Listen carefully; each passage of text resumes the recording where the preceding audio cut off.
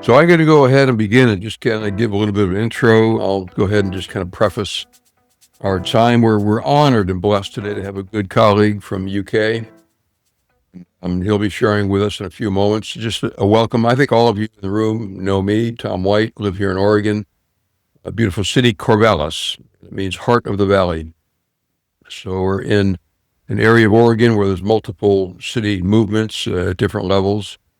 And we also have members of our CAST team, City Advanced Strategic Team. Just put a hand up on the screen there if you're in the CAST team. Really dear colleagues that have been walking together as practitioners. And so our main aim in this particular meeting is to meaningfully connect leaders of community gospel movements around some relevant content. We're not as much content driven, but to put some content on the table, but also provide opportunity to go deeper relationally. We'll do that here in a couple of breakouts. Listen well to one another, pray for each other. And so we've discovered at City Advance, this is really kind of our lane, that authentic friendship precedes our function and precedes events. And who we are together is as important, if not more important, than what we do together. Okay? Did you hear that? Who we are together, how we walk together, how we do life together as colleagues in the kingdom is really more important than what we do together. We also firmly believe that the regular practice of rhythms of corporate prayer empower our collaborative efforts around the gospel in a city movement. A longtime friend, colleague in city movements. Many of us were involved in Movement Day 2016 in New York City with MacPeer, movement.org. Roger actually hosted in London with his colleagues Movement Day UK, not just for London, but for other city movements across the UK. Terry and I were there for that. In my opinion, it was the most creative Movement Day expression I've been a part of. And just the history, English history of literature and expression was phenomenal. So Roger's involved with Gather Movement across the UK, also extending into Europe. He leads the Global Cities Alliance. I see Daria on the call in the room, Richard, Ottawa, they're part of that, and connecting city movement leaders from across the world. And let me just say this also, kind of a final note about Roger. He's a jolly good kingdom statesman. And I think you enjoy Roger. I have many times. So before we go there, our brother Matt's going to kind of put us in some breakouts. And here's the question. We're going to kind of engage around a question. And here it is, outside of your primary role or ministry, in other words, whatever you do in the kingdom, what's something you would genuinely enjoy that helps you stay grounded? And let me add the phrase that helps you stay sane or normal, okay? Outside of your call, your ministry, all the work that you do, what's something you enjoy that helps you stay grounded? It might be something you and your spouse love to do, or you love to do with your family. So we're going to do about 8 or 10 minutes of breakout. So engage around that question, and then we'll come back and hear our kingdom statesman, Roger. So enjoy your breakout time. Welcome back. Trust you've had a good conversation about those things that refresh you. So welcome back in. As I shared earlier, we're really honored to have with us Roger, Sir Roger of Manchester, dear friend from UK, and there are some extraordinary things going on in city movements across the UK, and that's really what I want Roger to take a little bit of time to share with us. So Roger, you've got the floor, you've got the room, share your heart with us. Bless you, Tom. Thank you for your welcome. I always tell my friends, if you ever feel down about yourself, just ring an American, they'll tell you how good you are, which is a real blessing. Well, probably shouldn't ring the White House, but anyway, it's just great to be with you. I'll bring you greetings really from the UK. We've got our own challenges. So, but God is doing some wonderful stuff, as he is doing all over the globe. We're just caught up in this, aren't we? This incredible movement of unity-based city transformation. It's amazing. Tom's just asked me to bring you up to date with where we're up to in the UK in regard, in particular, to connecting with civic society. So whether that's police or council or health or whatever. And I can bring you some stories. And so let me just share my screen and just talk you through. We base our kind of model on, obviously, city transformation, which is both spiritual and is social as well, and is cultural, of course. Probably culture is probably the hardest one to actually deal with, because culture is about how we think about ourselves. And culture often determines the future of a city. So if we're going to be serious about this, we've got to be serious about the cultural transformation as well as the other transformations. It's all based on the same things you're based on, the relational unity. This is about friends together. It's about standing with each other, moving from unity to what a friend of mine in Australia calls oneness. And, getting the depth really of what that really means to stand together, to walk together in loyalty and love, in honesty. And that isn't just good for the witness of the church. It's keeps me alive as well. So obviously you're all involved in sustained prayer. Without prayer, we won't see anything. And a mission is towards the city, of course. So let me take you to one of those cities, which is in York, beautiful medieval town. York have been praying together every Wednesday for 27 years. Phenomenal. This is a baptism service where the Archbishop of York is baptizing somebody with the Pentecostal Elam minister. And this occurrence outside the big cathedral, the Minster, actually made BBC News. It's interesting, isn't it, when unity is expressed. It's good news. It's good news. So it did take them two years to work out the liturgy, but in the end they got there. So a great movement. So we've just been working with York just recently to say, look, you've been praying together for 27 years. Phenomenal stuff that they've done and events they've done. And we've just been challenging them, and they've raised the challenge, really. Why is there poverty across York? That's the question. Why? It's quite a well-heeled city. It's but 20% stubborn poverty, and everyone gets used to it, really. So they're going to be on a journey really over the next 10 years to really begin to turn the dial on it. And it's really interesting how they're going about it. Particularly, of course, they're going to have to work with authorities. No one organisation will end poverty across York. So it's going to have to be a unity of the city, not just of the church. And I just love that ambition. Actually, I think what God is doing in regard to unity is like step one, really. We're just beginning to understand what it means. And it can mean something like this. It can mean having a great ambition that you could give your life towards. So One Voice York is one example of working with civic authorities on a project.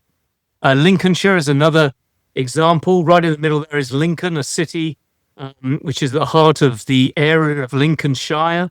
They opened up 7 nightlight cafes across Lincoln so that they served people who were at danger of suicide. And such is the success of it that the police now take people at the edge of suicide to the church to sit in a nightlight cafe and just be listened to and loved. And it's an amazing project. So the authorities said, well, could you do it across Lincoln, the whole Lincolnshire, which is, as you see, is quite a big area. And the authorities said, well, where are you? Where are you? A lot of these are villages and so on. And they said, well, we're everywhere because we're the church. The church in my country is 40 times the outlets of McDonald's. 40 times. That is a phenomenal network. And so the health service in this case said, look, if you can help people on the verge of suicide and in crisis, we'll give you £1 million a year to do it. And these little village churches are suddenly getting some money for the first time in their lives. and the amount of people going into accident and emergency is reducing. So it's good news not only to the city of Lincoln but to the whole area. Just an example, we've been working here in Manchester with our Mayor Andy Burnham, who may well become our Prime Minister in the next few weeks. Watch out for him. Lovely Catholic guy, and we call him the King of the North. I know him well, and he's worked very strongly with the churches. And we responded to a call from him, and he said, "Look, I know you're great. I know what you." He said, "Firstly, I don't know who you are, and I don't know the differences between you all, and I don't know what you do, when you do it, and who you do it to." So that began then a whole process of mapping really the whole of Greater Manchester City, about 3 million people, and that mapping, which looks at mental health, looks at provision for homelessness and housing and young people and children and so on, is the first real data we've had across this country of what the church is actually doing on the ground, and it is staggering, absolutely staggering. The church in the UK, we have found now, connects with 50% of the under fives of any city in our country, mainly through its toddler groups, its mums and toddler groups. It's a phenomenal resource, whether it's feeding people or all the stuff that your church is doing. But nobody knows about it much because you never amalgamate it together. And that data's really been important. So then he put us on a call to the 10 metro mayors of England, which cover quite a lot of the population of England, actually. And he said, "Tell them what you're doing." And we told them what we were doing. And then they all started contacting us.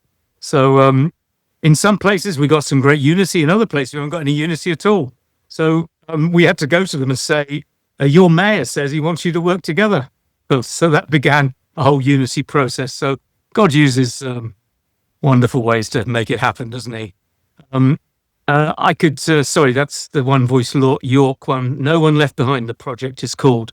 I could take you to Nottingham, where they're working together on mental health, food distribution, homelessness, bereavement, and so on.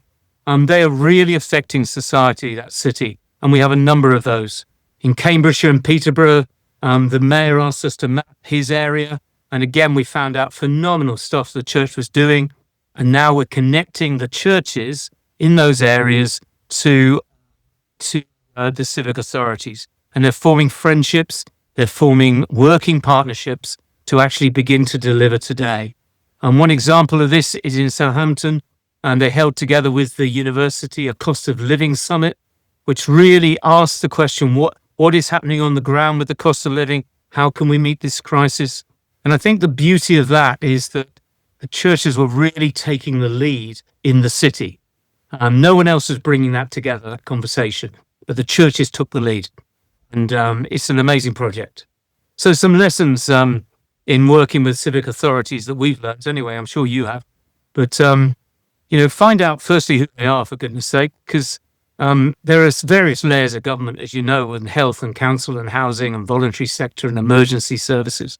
But don't just find out who they are, meet them and, go and talk to them. And we always ask our chief execs of our areas, what keeps you up at night? What are you really worried about? How can we serve you? So you don't go in there with ask. You go in there with a question and with an offer. I think secondly, what do you have in your hand? Know what you have in your hand. I think that's why the whole mapping thing is really important, actually. Know what you have in your hand, then you'll be able to better assess what to offer. Also, understand their needs. Look at all the data behind things, understand the levels of poverty, the issues that are being faced. And sometimes you simply don't know. For instance, in my borough where I live, the biggest alcohol problem is not in the poverty areas, but the biggest alcohol problem is in the rich areas. And we didn't know about that. We called it Chardonnay culture, really. They have a bottle of wine every night after their big job and their marriage argument or whatever. Find out the real needs of people. Don't just assume, and don't just pick up the latest thing that somebody else is doing. We don't need 3 food banks in the same street, even if the Holy Spirit has told you, which I do doubt, to be honest. So Fourthly, pray and be led by the Holy Spirit. This is a spiritual activity. It is a resource gathering activity and a knowledge activity, but ultimately you got to do what the Spirit calls you to do, and that's just praying together, isn't it? Listening to God. Fifthly, just be a bit more ambitious. The city's waiting for change. It's waiting for renewal. It's waiting for transformation. Nobody argues against those kind of things. It's just that no one's taking the lead. So, be ambitious. Be humble in it. Don't start pushing yourself around saying that you're God's gift to everything, because actually you're not. He's placed a lot of other gifts in the city. But take your part. Take your part around the table. Really important. And don't compromise on faith sharing. You need to be respectful. And if somebody gives you some funding to do something, probably not best to use that to preach at people. But you can invite them to an Alpha course. You can, there are various ways of doing this in a very respectful way. And we find that when you're upfront about it, all their kind of misgivings are usually put to bed. And to be honest, they don't have many misgivings now, because our country's in trouble, seriously in trouble. Our poverty levels are phenomenal. Inequality is out of this world. We don't even know how to live together. We've got the far right growing in its influence, and things are really shaking at the moment. Two friends of mine have done a little study on this, say that this isn't just a blip we're going through. This is a whole cultural moment, which probably happens every 300 to 400 years, by the way. And we don't know. Well, we can't go back to what we were, and we don't know where we're going to in the future. But we do grab hold of the hand of the Spirit. And we say, Lord, lead us. And Lord, cause us to love people. I think my time is up, Tom. Roger, you're stirring me, man. I'm inspired just by listening to you. These are phenomenal examples, models. I would say this, obviously America's in a cultural, political crisis. Here we are celebrating 250 years, our freedom from the UK, the mothership. And, we're house divided. Come home, Tom. Come home. Anybody but want to go home? I hear the call, Roger. I hear the call. I'm actually leading a group of leaders today in my own city to cry out to God that our government would work. We wouldn't be polarized and arguing, and the lack of civility. Yeah, it's a crisis. So thank you for bringing hope. Love these illustrations. So we're going to take we'll take 18 minutes.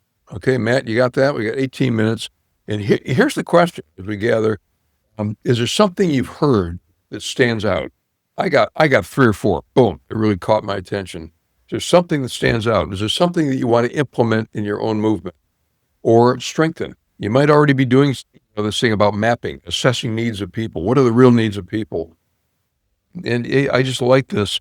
Going to your community leaders, what keeps you up at night? What are you carrying? What are the burdens you're carrying for your community? So what is it that kind of jumped out at you with what Roger brought to us? Share that with one another, and leave at least 5 minutes to pray for each other. Listen well to what we share. Leave a little bit of time at the end. Somebody monitor that and say, hey, let's go to prayer. So we'll see you back in about 18 minutes. And Roger's also going to have the final segment at the end, so don't go away. He'll share a personal prayer practice. And so hang with us right up to the top of the hour. Enjoy your breakout. Have a meaningful conversation. Well, welcome back, folks. We want to glean a little bit, listen to some of what came out of the breakouts. Matt and I had a delightful time with Roger, and he says they're cycling back, not toward unity. Okay, the Australians have helped us with this. Unity is not the right word. Oneness of heart. That's what Jesus was actually praying for in John 17. And what Roger shared is this has got to be grassroots. We're not going to see any top-down leaders bring solutions in UK, Canada, or the US, but grassroots movement in cities, bottom up, how we walk and work together with people we disagree with. And the church can model that. Anyone else, a takeaway from your breakout? Anyone's free share for about 3 or 4 minutes. Unmute. Anything you heard, anything that inspired you from your conversations? A confirmation and inspiration. And you've been working with the guys in the Bay Area, and they just are launching City Serve X in Santa Cruz as a pilot And the whole goal is collaboration between churches, nonprofits, governments, that we don't, like he said, we don't have 3 food banks on one street. It's one place where a person comes in, has their need, and they're bringing in like $300,000 worth of software that will assess the needs of the community. Mm-hmm. So that was encouraging to me to see that what you're doing in the UK is starting to get some traction here and even in Santa Cruz and our county.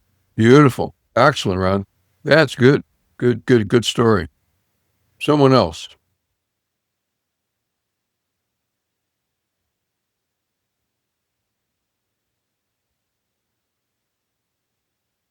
I have more of a question for Roger, Mm-hmm. because different from Canada, UK is a very dense population, right? I don't know how many.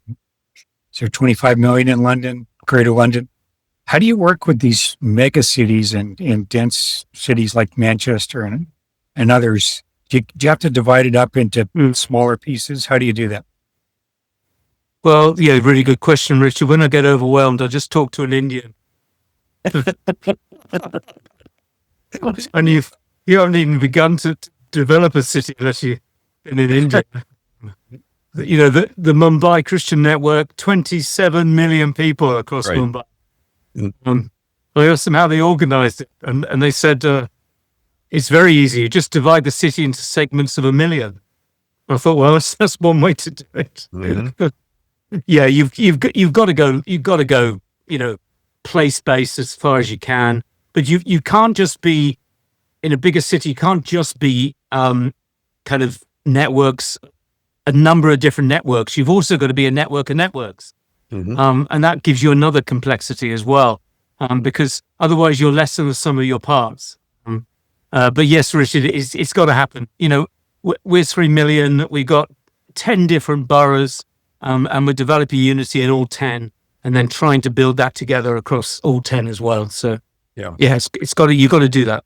Mm-hmm. Yep. Good word. Good question. Anyone else? Question or comment?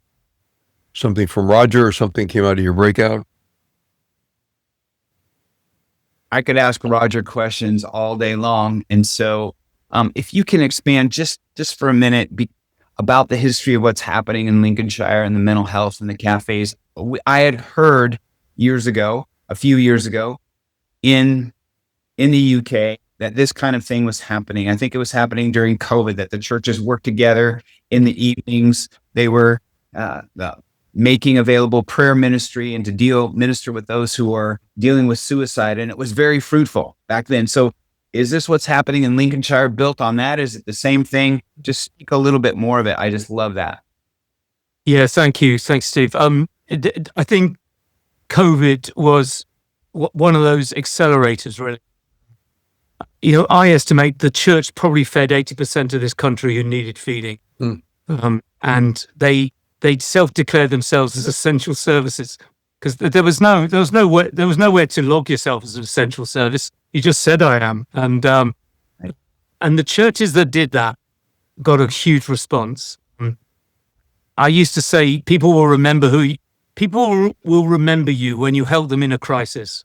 Wow. And they'll remember the people who didn't help them in a crisis. Oh, And I think it's deeply emotional, and COVID is deeply emotional. It certainly accelerated it. It showed, I think, civic authorities, hey, hold on, this is a significant network, which does good. And then I think that's accelerated things right throughout the country, in Lincolnshire in particular.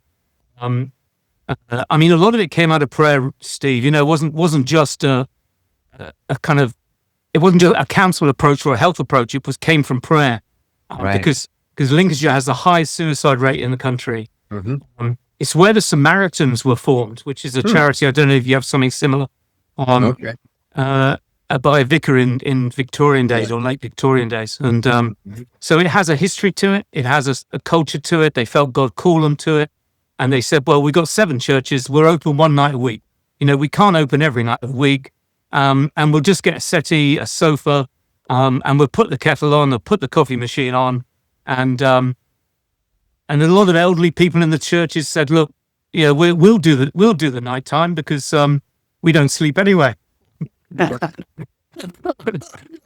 Yeah, beautiful, beautiful example, inspiring. Yeah, I think it's the meat. It's the meat and veg of what churches are. You know, that's what they are. They do that sort of thing. They listen to people. Now they signpost if it's massive drug issues or whatever. But it's a very simple response to a very complex problems. Yeah. Yeah, fantastic. Well, Roger, we want you to close this out. We've asked Roger to share a personal prayer practice, kind of building this into our monthly City Advanced Connect. So, Roger, you got freedom. Just kind of share that, something that you have found meaningful, helpful in your prayer life. Well, I'm going to share a kind of a prayer, which I really don't like, and I don't want to be in, but I am in it. So, and I think quite a few of you from time to time in life will be in it, and that's the Good Friday prayer. You know, that's the prayer of pain, when all you can do is just cry out. And my own personal relationship with Christ, I think, has been certainly transformed in the last 8 years of my life. Anyway, I mean, it wasn't that bad. It's better than some. I'm a convert, so I know what it is to be without him. I found him as a father, and after childhood abuse and neglect, I've had all the charismatic experiences. I've been inner and outer healed so many times you wouldn't believe. I've been cancelled and miraculously, helped. I've done the retreat thing. I've done the pilgrimage thing. I even did a 10-day silent retreat, which nearly killed me as an activist. I've had burnout and I've recovered from it, and so on. I love the resurrection. I love mission.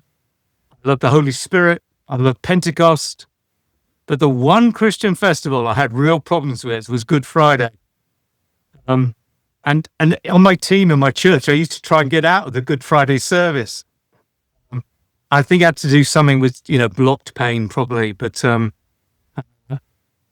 however, over the last 8 years, I found myself in the Good Friday Gethsemane context. I lost my wife 3.5 years ago, but she was diagnosed 8 years ago.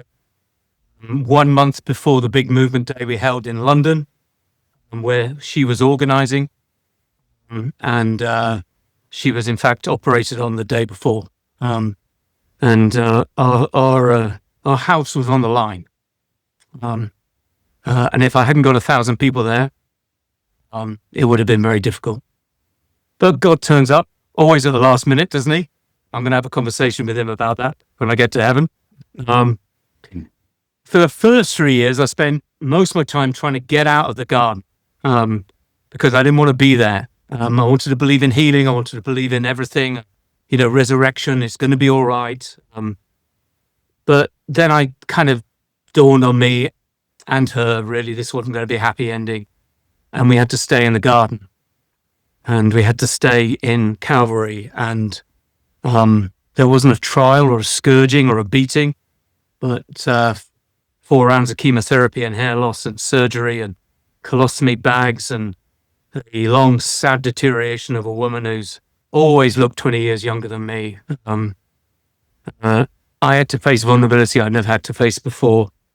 And in those years, it's not all been gloom and doom, because there have been some moments of incredible joy and probably some of our most beautiful moments together as a couple, and certainly as a family. And then you go to the cross, and she goes to resurrection.